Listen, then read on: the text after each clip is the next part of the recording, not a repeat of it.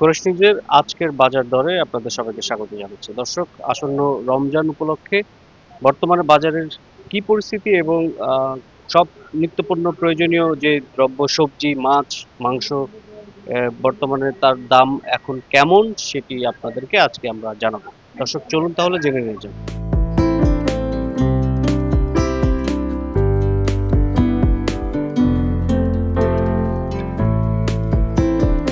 সবজির বাজার ফুলকপি হলো 25 টাকা পিস, পাতাকপি হলো 25 টাকা পিস, টমেটো হলো আপনার 30 টাকা কেজি, 25 টাকা কেজি, শসা হলো 35 টাকা কেজি, তারপরে লাউ একটা 40 টাকা পিস, করলা 60 টাকা কেজি, বটবটি 80 টাকা কেজি, কাঁচামরিচ 60 টাকা কেজি, সিমের বিচি হলো আপনার 80 টাকা কেজি, ক্যাপসিকাম 20 টাকা পিস, কাঁচা কলা 30 টাকা হালি, আলু 25 টাকা, শাকের আটি 10 টাকা। ভাই, সামনে তো রোজা, রোজা উপলক্ষে ছোলার দাম কেমন বেড়েছে?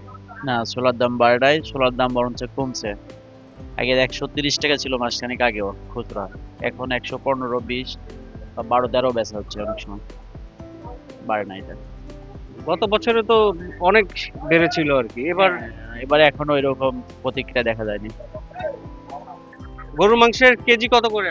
এখন তো বাজার একটু চড়া, 750 780 বিক্রি হইতেছে।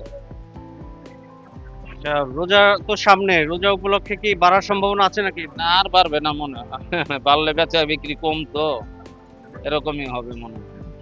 ভাই, একটু বলবেন কোন মুরগির কত দাম চলছে আজকের বাজারে? 600 টাকা চলে, আর এটা হলো 300 টাকা চলে। এটা কি দেশি মুরগি? এটা দেশি মুরগি। আর এগুলো? এটা হলো সোনালি সোনালী কত করে কেজি? 300, বলেন।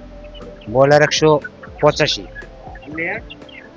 লেয়ার এটা বেশি না, ওই সামনে রোজা উপলক্ষে কি দাম কি একটু বেড়েছে?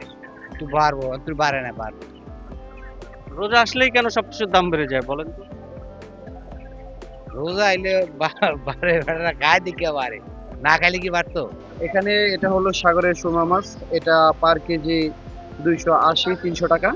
আর হলো তেলাপিয়া মাছ, জ্যান্ত তাজা তেলাপিয়া, এটা হলো 200 টাকা। বিক্রেতারা বলছে সবজির দাম মোটামুটি স্থিতিশীল পর্যায়ে আছে, মাছ মাংস এখনো পর্যন্ত স্থিতিশীল পর্যায়ে আছে এবং গত বছরের তুলনায় এবছরে দাম আরো কম বলেই বিক্রেতারা আমাদেরকে জানিয়েছে। দর্শক, এই ছিল আজকের বাজার দর।